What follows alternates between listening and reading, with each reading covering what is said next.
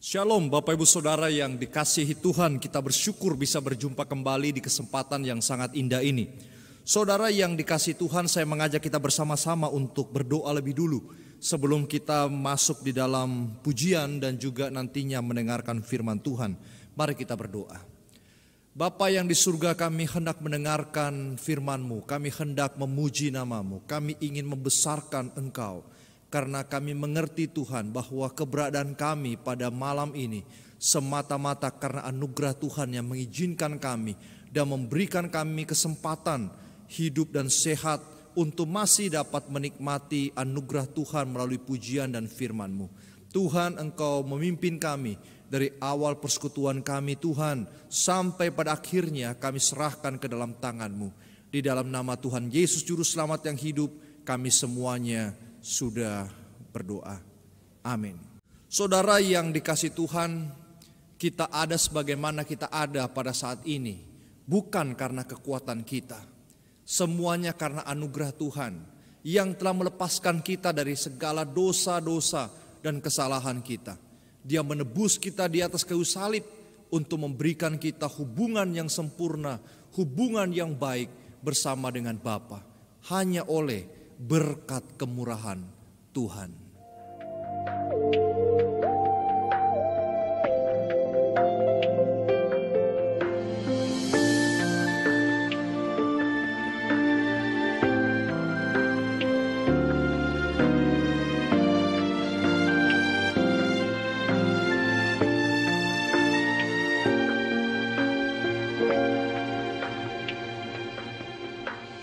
Di hadirat-Mu, tempat yang ku rindukan, nafas hidupku dan sumber kekuatan. Di sana Kau nyatakan isi hati dan rindu-Mu, sehingga ku mengerti berharganya hidupku.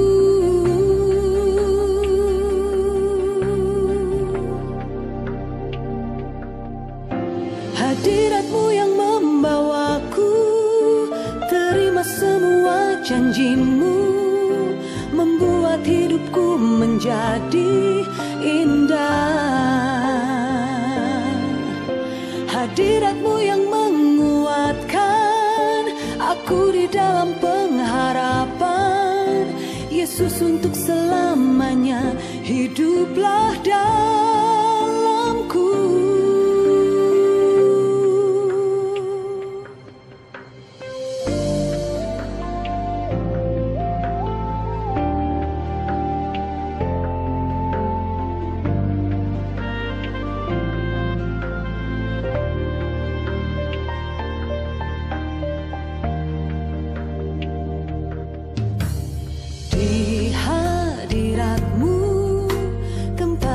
Ku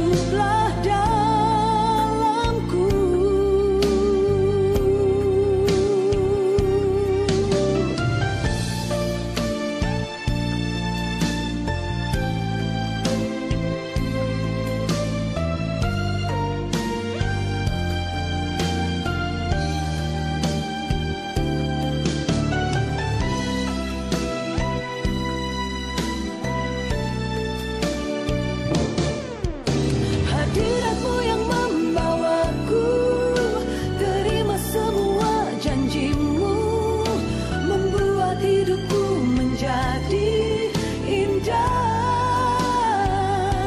Hadiratmu yang menguatkan aku di dalam pengharapan, Yesus untuk selamanya.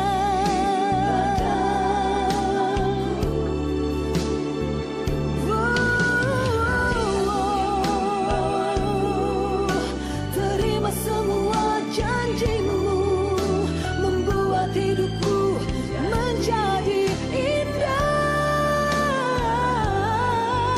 Hadiratmu yang menguatkan aku dalam pengharapan.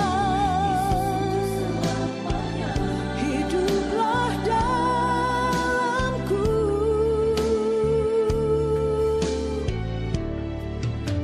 Yesus untuk selamanya, hiduplah dalamku.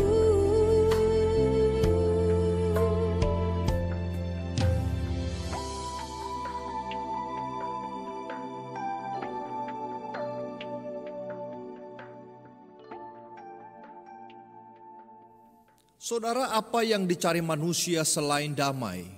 Itu sebabnya Bapak Ibu Saudara, damai merupakan satu kata yang singkat tetapi menyejukkan hati setiap anak-anak Tuhan. Bahkan setiap mereka yang berada di luar sana. Itu sebabnya lagu ini kiranya membuat kita bergairah kembali untuk memiliki hati yang berdamai dengan orang lain. Dan juga berdamai dengan diri sendiri. Lebih diawali berdamai dengan Tuhan kita. Mari kita nyanyikan lagu ini sebagai doa kita, sebagai keinginan kita yang kuat. Damai.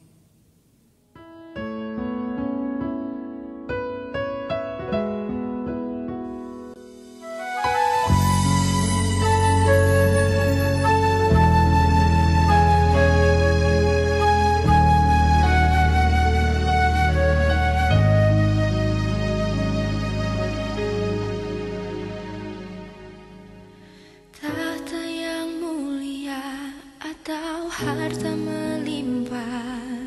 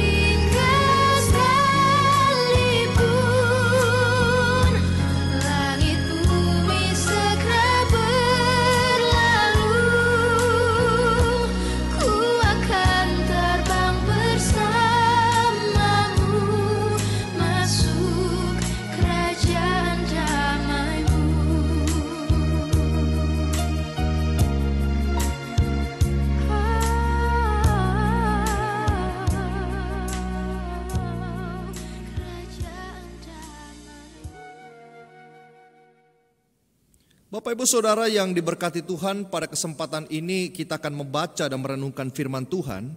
Namun sebelumnya saya mengajak kita sama-sama tundukkan kepala kita dan kita berdoa lebih dulu sebelum kita membaca dan merenungkan firman-Nya. Kita minta Roh Kudus membuka hati pikiran kita agar ketika firman itu diberitakan, kita mengerti apa yang Tuhan ingin sampaikan. Mari kita berdoa. Bapa yang di surga, tiba saatnya di mana kami hendak mendengarkan firman-Mu. Biarlah firman yang akan kami dengarkan ini sungguh-sungguh memberikan kami kekuatan, bahkan juga keinginan yang besar untuk hidup di dalam berdamai. Engkau Allah yang mengundang kami hidup di dalam sukacita. Engkau juga Allah yang mengundang kami hidup di dalam perdamaian. Terima kasih Tuhan, berkati kami semuanya, berkati hamba-Mu yang akan menyampaikan firman-Mu. Di dalam nama Tuhan Yesus Kristus Juru Selamat yang hidup, kami semuanya sudah berdoa. Amin. Bapak Ibu Saudara yang dikasihi Tuhan, tema kita pada kesempatan hari ini adalah Allah yang mengundang. Mengundang untuk apa? Mengundang untuk hidup damai bersama dengan sesama kita. Mengundang kita untuk melihat bahwa damai itu sudah diberikan Allah kepada kita melalui penebusannya di atas kayu salib. Saudara, Matius 5 ayat 21 sampai 26 merupakan bacaan kita pada kesempatan ini. Matius 5 ayat 21 sampai 26, saudara bisa melihatnya pada tulisan di bawah saya ini. Kamu telah mendengar yang difirmankan kepada nenek moyang kita, jangan membunuh, siapa yang membunuh harus dihukum, tetapi aku berkata kepadamu, setiap orang yang marah terhadap saudaranya harus dihukum. Siapa yang berkata kepada saudaranya kafir harus dihadapkan ke mahkamah agama. Dan siapa yang berkata jahil harus diserahkan ke dalam neraka yang menyala-nyala. Sebab itu jika engkau mempersembahkan persembahanmu di atas mezbah, dan engkau teringat akan sesuatu yang ada dalam hati saudaramu terhadap engkau, tinggalkanlah persembahanmu di depan mezbah itu, dan pergilah berdamai dahulu dengan saudaramu, lalu kembali untuk mempersembahkan persembahan itu. Segeralah berdamai dengan lawanmu selama engkau bersama-sama dengan dia di tengah jalan, supaya lawanmu itu jangan menyerahkan engkau kepada hakim, dan hakim itu menyerahkan engkau kepada pembantunya, dan engkau dilemparkan ke dalam penjara. Aku berkata kepadamu, sesungguhnya engkau tidak akan keluar dari sana sebelum engkau membayar hutangmu sampai lunas. Saudara yang diberkati Tuhan, firman Tuhan yang baru kita dengarkan adalah firman yang mungkin seringkali kita juga dengarkan pada khotbah hari Minggu, saudara. Firman Tuhan itu tidak begitu panjang secara ayat, tetapi sangat kuat untuk kemudian meminta kita atau menghimbau kita, menasehati kita untuk hidup di dalam kedamaian. Ada dua orang jenderal sedang berbicara, saudara. Jenderal Horace Porter dan Jenderal Grant. Mereka bercakap-cakap sambil duduk dekat api unggun, menikmati suasana malam yang cukup dingin. Lalu Porter, seorang jenderal itu mulai bertanya kepada temannya, "Jenderal, Anda luar biasa. Walaupun Anda dididik dalam kekerasan militer dan selalu mengalami permainan kasar dalam tugas garis depan, Anda tidak terpancing untuk mengumpat." Jadi sebenarnya jenderal yang satu ini mengakui bahwa yang satu ini orangnya cukup sabar. Dan dia melanjutkan, "Saya tidak pernah melihat Anda mengucapkan kata kasar sekalipun. Walaupun orang menghina Anda dan Anda sebenarnya punya alasan untuk mencaci maki kembali orang itu." Saudara, Jenderal Grant menjawab, "Saya tidak mau membiasakan mengumpat. Sejak remaja saya tidak pernah melakukannya, dan ketika saya dewasa saya menyulut kemarahan. Saya tidak pernah juga mau menyulut kemarahan orang lain. Saya tidak pernah melihat kehidupan yang berkualitas dari seorang pemarah selain lemah dan rapuh dari segi spiritual." Jadi orang pemarah itu orang yang lemah menurut dia. Seorang pemarah adalah seorang yang lelah, ia seorang yang berperang dengan dirinya sendiri, sekalipun ia menang, ia hancur. Sebenarnya dia mau katakan begini, bagaimana engkau bisa melawan berperang kalau engkau sendiri tidak bisa menang melawan dirimu sendiri. Tidak ada yang lebih buruk dari seorang yang menjadi marah sampai ia tidak dapat menguasai diri. Pada saat kita marah, kita telah kalah. Pada saat kita membenci, kita terkunci. Pada saat kita mendendam, kita menjadi tawanan. Amarah itu emosi yang dimiliki oleh setiap manusia. Namun kalau keseringan marah-marah itu tidak baik bagi kesehatan kita. Apalagi kalau sampai menyimpan amarah terhadap orang lain, beberapa ahli menyimpulkan bahwa marah memiliki pengaruh negatif bagi kehidupan dan kesalehan kita. Saya mencoba garis bawahi supaya saudara tidak salah memahami ini. Marah setiap manusia pasti akan mengalaminya, tetapi sering marah-marah itu yang dimaksud di sini tidak boleh, apalagi marah tanpa sebuah alasan. Dan ahli mengatakan ada 7 hal kalau kita sering marah-marah dan kita mendendam membenci, maka ada 7 resiko yang akan kita alami. Yang pertama, resiko tinggi terkena serangan jantung dan stroke. Yang kedua, melemahkan sistem kekebalan tubuh, gampang kena penyakit, imunitas kita turun, saudara. Yang ketiga, kita stres, tekanan darah tinggi, susah tidur, masalah pernapasan, bahkan juga kepala yang sering sakit. Dan tidak ada gunanya hidup di dalam kebencian dan kemarahan, saudara, kalau akhirnya itu akan membunuh diri kita sendiri. Oleh karenanya Tuhan berkata bahwa hidup yang paling indah itu adalah hidup yang penuh dengan kedamaian. Hidup yang bisa berdamai dengan semua orang, setiap pribadi, dan hidup yang mampu untuk datang kepada Tuhan dan mengatakan bahwa engkau sudah mengundang saya datang di dalam sebuah kedamaian dan saya ingin membagikan kedamaian itu juga kepada orang. Itu sebabnya di dalam ayat 21 sampai 22 bagian yang pertama yang akan kita bahas adalah hidup berdamai dengan orang lain. Itu saudara memerlukan sebuah motivasi. Jadi hidup berdamai itu tidak serta-merta mudah, tetapi perlu sebuah motivasi di dalam hidup kita. Dengan kata lain bahwa kedamaian itu diawali dengan sebuah kesadaran bahwa kita orang berdosa dan memerlukan anugerah Tuhan, anugerah kekuatan Tuhan.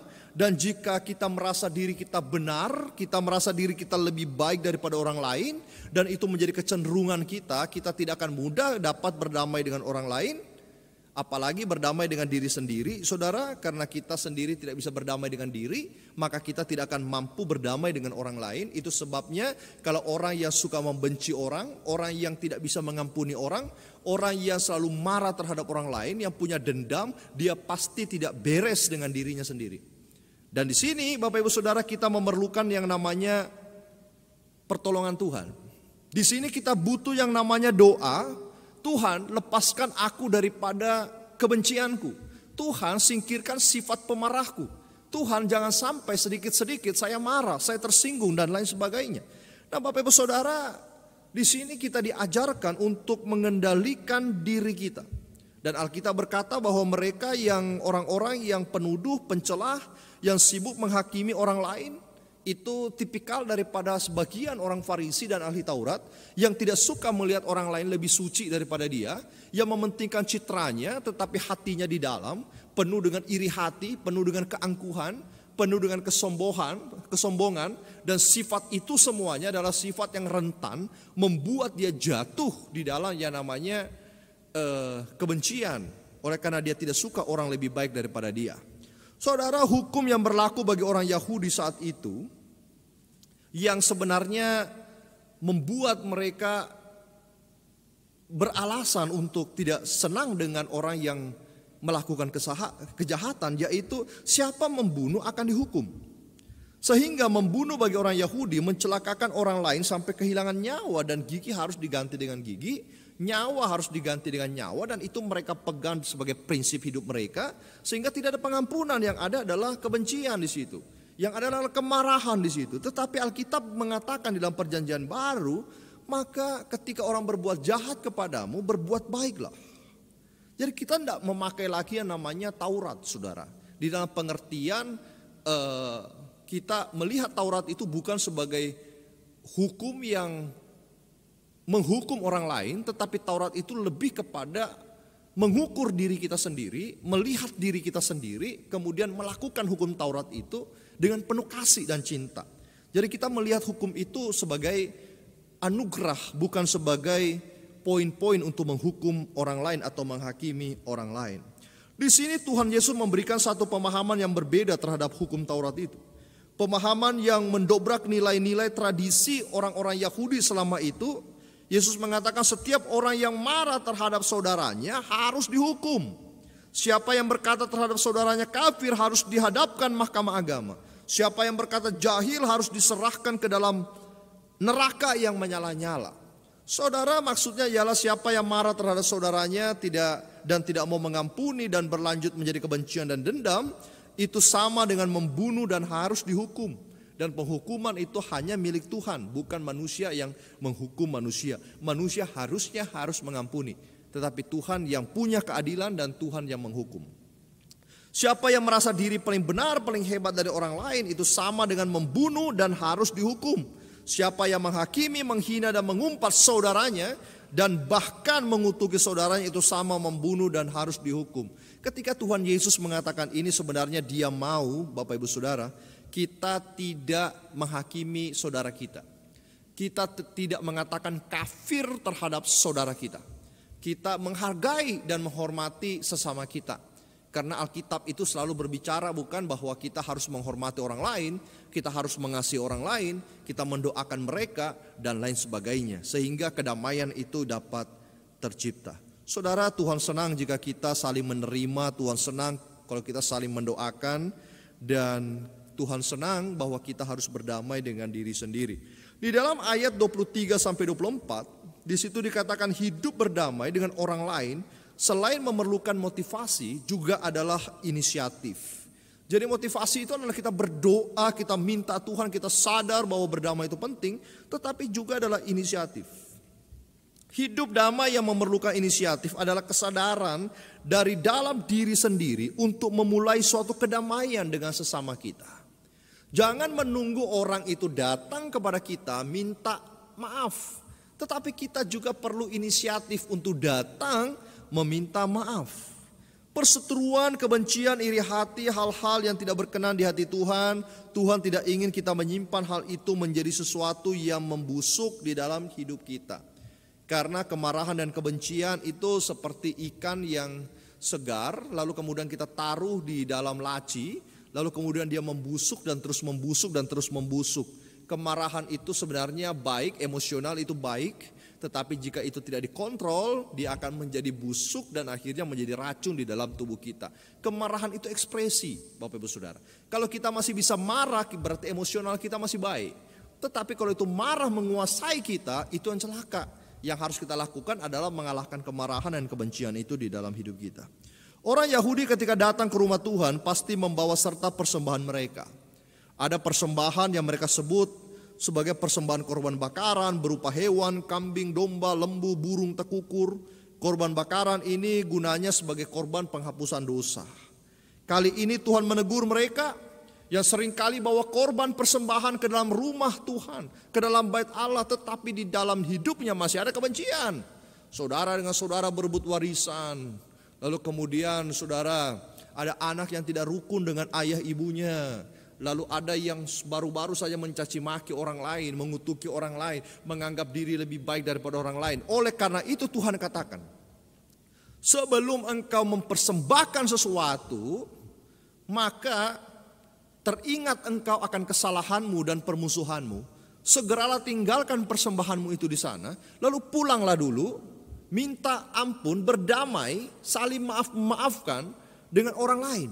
Dengan orang yang engkau anggap jelek, engkau sudah hina dia, saling bermaaf-maafan di situ. Saudara, saling memaafkan tidak terjadi setahun sekali, tetapi every day, every time di dalam hidup setiap kita. Banyak orang berpikir kalau saya sudah memberikan persembahan kepada Tuhan, maka urusan saya beres, urusan saya selesai. Tetapi tidak, Bapak Ibu Saudara. Tuhan berkata sebenarnya lebih penting engkau punya perdamaian dengan orang lain, sehingga persembahanmu itu dapat diterima. Kalau hatimu penuh kebusukan, hatimu kebencian, apapun saudara persembahkan di hadapan Tuhan. Bagi Tuhan itu semua sampah. Tuhan tidak bergantung pada persembahan kita. Kita mempersembahkan sesuatu kepada Tuhan untuk apa? Jangan pikir itu sebagai suap, itu upah untuk Tuhan. Jangan pikir Tuhan senang ini dengan korban-korbanku. Bukan. Kita memberi persembahan kepada Tuhan bukan supaya Tuhan memberkati kita. Kita memberi persembahan kepada Tuhan sebagai ucapan syukur. Dan juga saudara kita belajar untuk berbagi apa yang mengikat kita selama ini.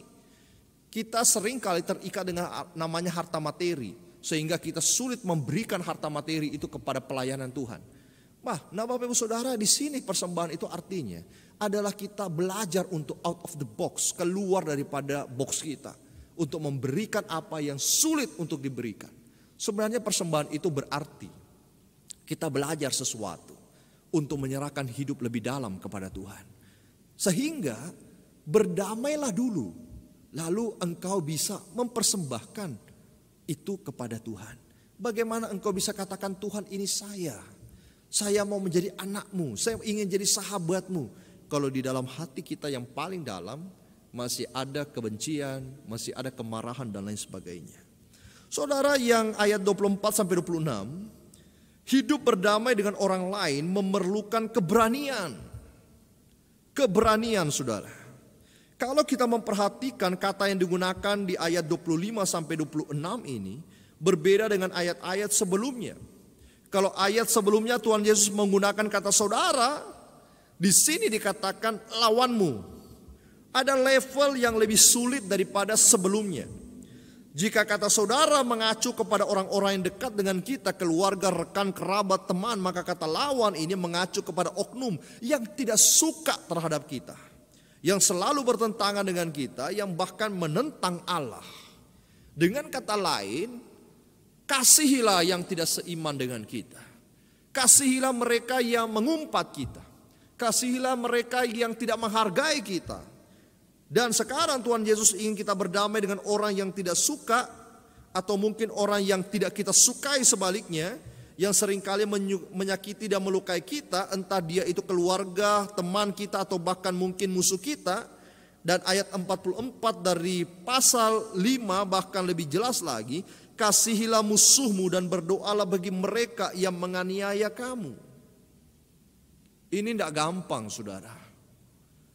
Perdamaian rupanya bukan sekedar kata yang ada di mulut, tetapi kedamaian adalah,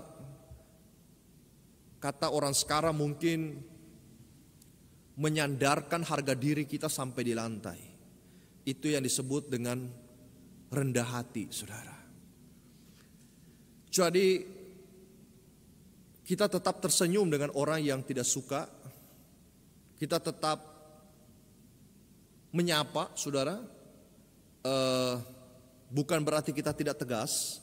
Di dalam semua sisi kita harus tegas. Kebenaran adalah kebenaran.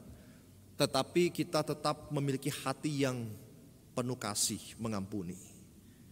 Dan di sini dikatakan musuhmu dikasihi, yang menganiaya engkau harus tolong. Lukas 5:27-29 bilang begini.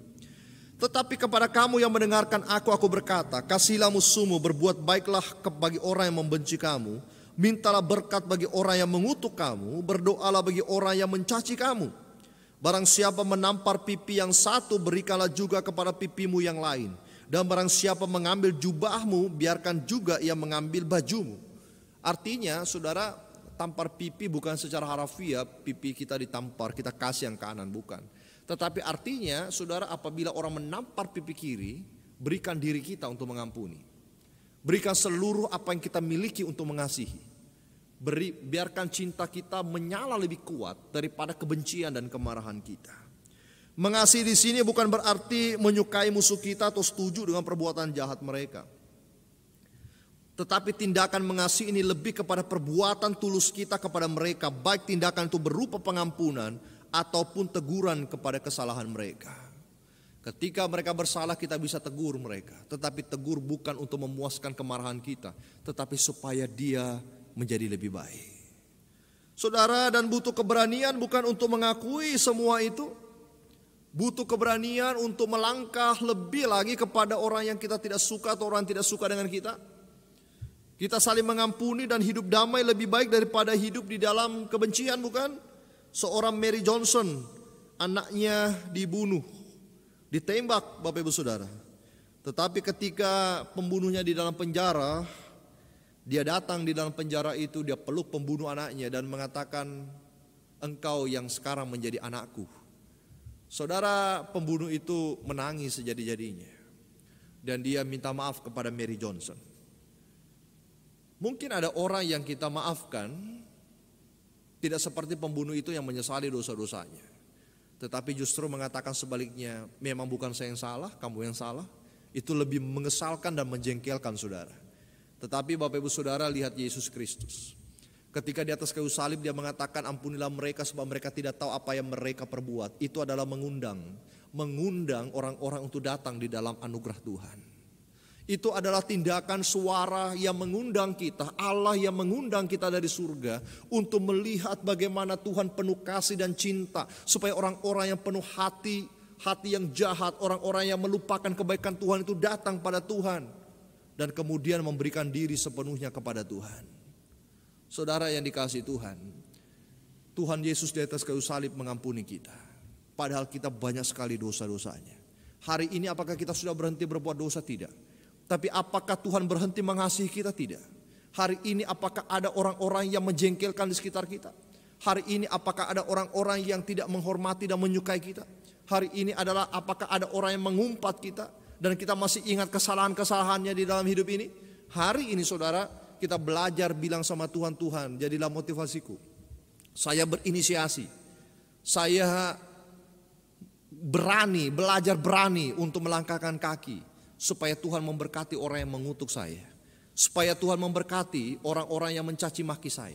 Supaya saya memiliki hati yang penuh kasih, mengampuni dan juga mencintai mereka.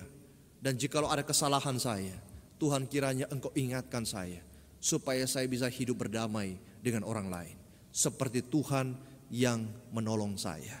Saudara, biarlah firman Tuhan ini memberikan kita insight, supaya kita sungguh-sungguh mengerti apa yang Tuhan maksudkan. Allah yang mengundang kita untuk hidup seperti Dia, berdamai dengan semua orang. Mari kita berdoa. Bapa yang di surga, kami bersyukur dan kami berterima kasih kepada Tuhan. Sebab di kesempatan ini Engkau mengingatkan kami bahwa kami butuh kedamaian, kami butuh berdamai. Kami sudah diperdamaikan dengan Bapa. Kami rindu Tuhan menjadi berkat bagi banyak orang. Kami rindu Tuhan untuk diri kami juga sebenarnya, supaya kami sehat secara spiritual, supaya kami sehat secara fisik, supaya kami bisa melihat karya-Mu di dalam hidup kami. Terima kasih. Kami berdoa bagi setiap pemirsa, setiap mereka yang menyaksikan tayangan ini. Tuhan juga jamah dan memberkati. Tuhan memberikan hati yang penuh lemah lembut. Tuhan memberikan kasih di dalam hati mereka. Kami juga berdoa bagi bangsa negara kami. Tuhan selalu menolong pemerintahan pusat sampai daerah untuk melakukan yang terbaik bagi kemuliaan Engkau. Terima kasih Tuhan. Ini doa kami yang kami naikkan di dalam nama Tuhan Yesus Kristus, Allah dan Juru Selamat kami yang hidup. Amin.